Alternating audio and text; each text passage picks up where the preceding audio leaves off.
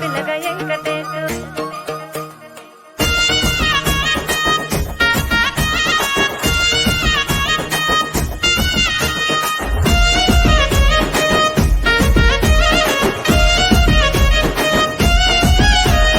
చిత్రాల మనసు నాది చిన్నగా పోతుంటావో చూడక పోతుంటావో ఇంట్లో చిన్నదాన్ని నేను చిత్రాల